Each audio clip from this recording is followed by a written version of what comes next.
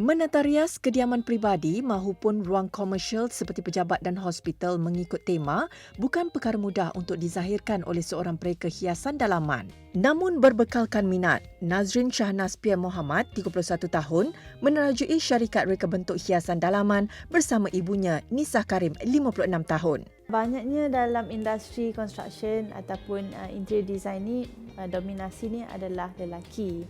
Jadi kebanyakan orang adalah sama ada dia memang lebih tua ataupun dia lebih experience lah daripada kita. Jadi cabaran kat situ adalah kita nak convince diri kita dan kita kena macam cara kita nak lead certain project tu, itu adalah satu aspek yang kita akan sentiasa improve dan adapt lah dengan situation tu.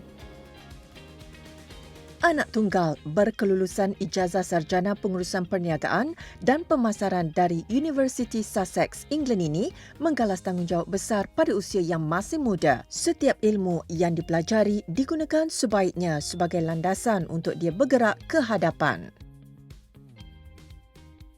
Sebab saya dibesarkan dalam family yang memang ladies ni dia ada satu willpower yang sangat kuat. Kalau hari ni dia down pun esok pagi tiba-tiba dia bangun dengan cara yang nothing happened yesterday, macam tu lah kan.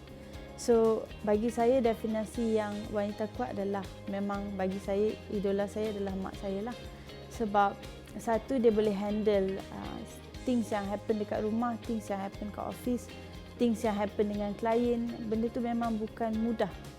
Role yang terlalu banyak untuk ladies ni, especially yang zaman abad ni kena handle. So, willpower number satu.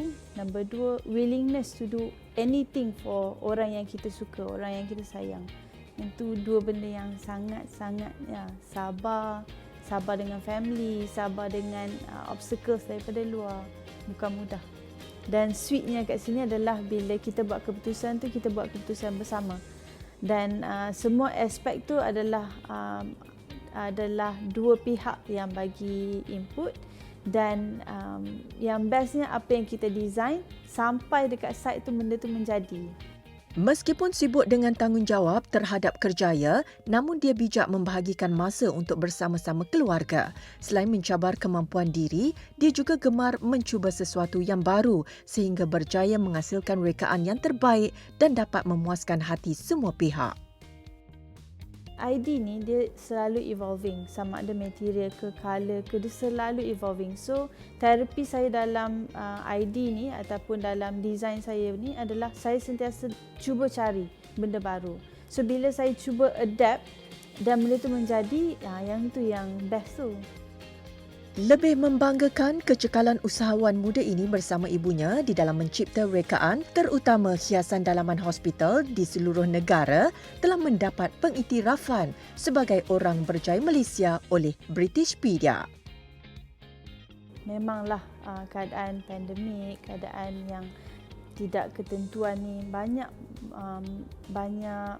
memberi kesan kepada semua jenis bisnes. Sekarang ni orang dah adapt kepada dua kerja ataupun online bisnes dan sebagainya. Saya sangat respect benda tu sebab kadang-kadang dia keluar daripada norma yang kita dah biasa buat.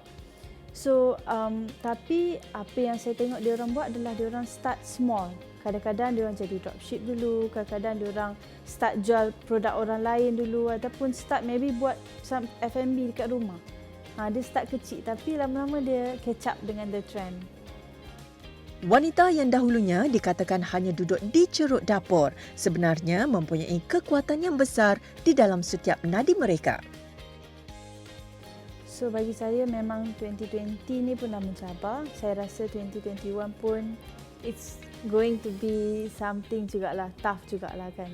So bagi saya cara kita nak overcome, jangan tengok benda tu sebagai masalah adalah kenapa kita buat benda tu? Adakah sebab family kita? Sometimes kita buat tu sebab kita nak support anak ataupun nak support parents. So benda tu kena jadi satu azam, semangat. Kenapa kita akan terus buat dan kenapa walaupun apa yang menjadi, apa juga cabaran kita akan terus kalau orang Kedah cakap ni harung je lah.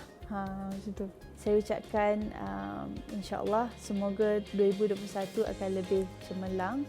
Kita akan mendapat satu kebahagiaan ataupun macam semua benda yang kita nampak tak certain ni insya-Allah akan jadi okey dan insya-Allah kita akan be strong for ourselves, for our family dengan for our country. Banyak lagi perkara yang ingin dikecapinya. Dia mahu memastikan kerjaya ini dapat memberi inspirasi kepada golongan muda untuk berani mencuba.